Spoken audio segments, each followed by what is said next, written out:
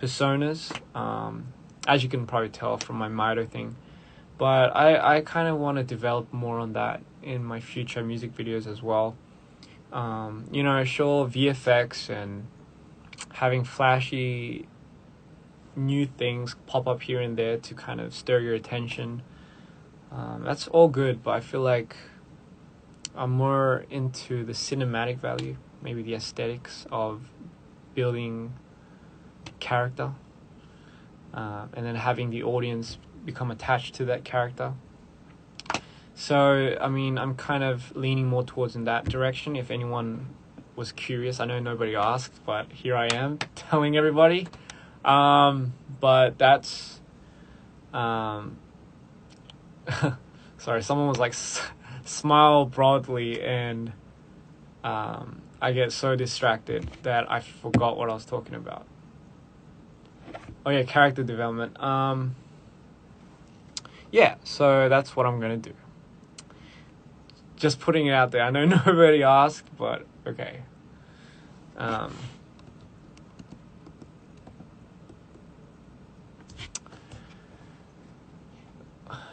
Yeah.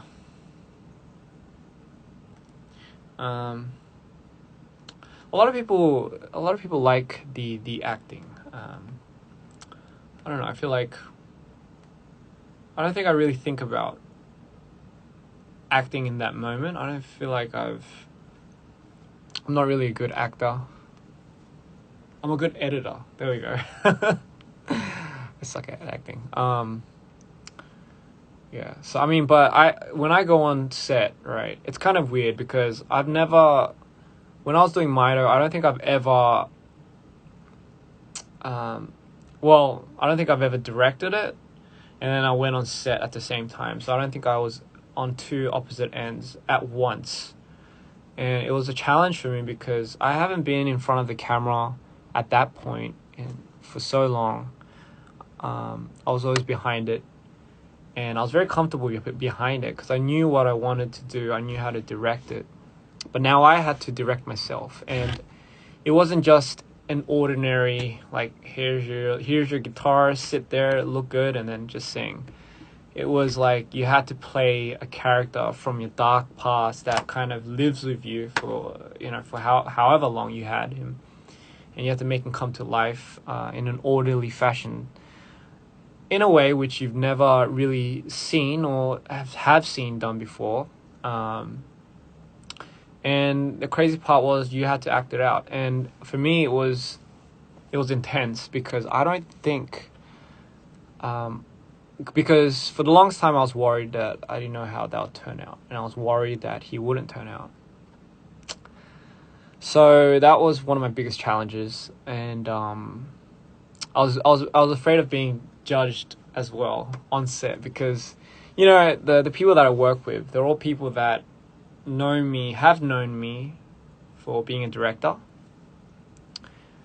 and every time I'm on set, I just have a cap on. I have, I look the part. I don't even know what that is, but I don't look like a flashy artist. But so it's kind of weird turning into one, and then going on set and then just changing characters, and then you just look into the camera and the music starts and you just have to start acting. But for me, it was the first time, and I don't think I've ever done that, and I know I was pretty worried, but after a while, you get used to it. I figured the person that was going on set wasn't me. I had to leave Ian behind, and I had to bring up Mito. So that was crazy, and when I did that, I think for the longest time I really did believe I was Mito. I know it's like like the actors and actresses do, but for me, to be able to, I don't know if you guys realize, but if you look at me now, and you look at any of my music videos that have Mito on it or me in there, it's like a complete different person. Like, you probably would never guess that this me is that me on screen, and I love that. I loved that comparison and that contrast, because in order for this to work, if I saw my music video, I would have to also believe that that wasn't me. Like, I would have to really, really fool myself to think, that's how much I would have to pull out from, like, me to not be this me, like the regular me, like ha ha ha, goofy, and turn into this dark stranger.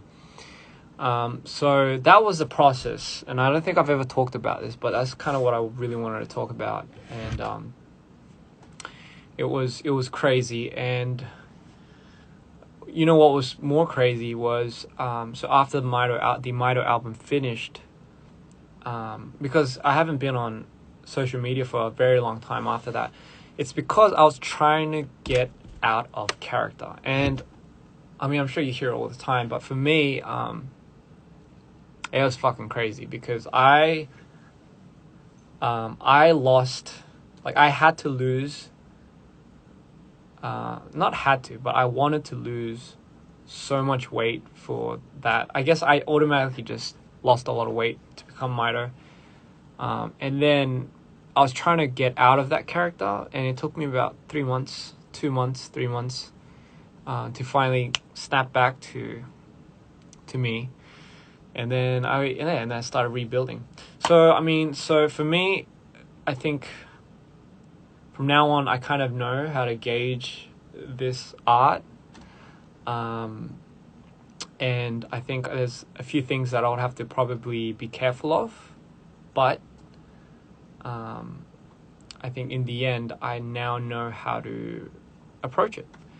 And I think that was probably the most challenging part. But that's what I had to go through to give you Mito, because it wasn't just it wasn't just like, hey,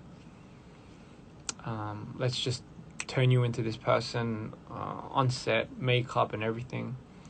It was very much more of a mental process, and I had to figure out how I wanted to portray this character through editing, but also through cinematography, and like not only that one personality, but a lot of personas that he probably holds. And I had to play each character to a certain way. And mind you, none of it was perfect. I don't think it was anywhere near perfect. It could have been better for sure.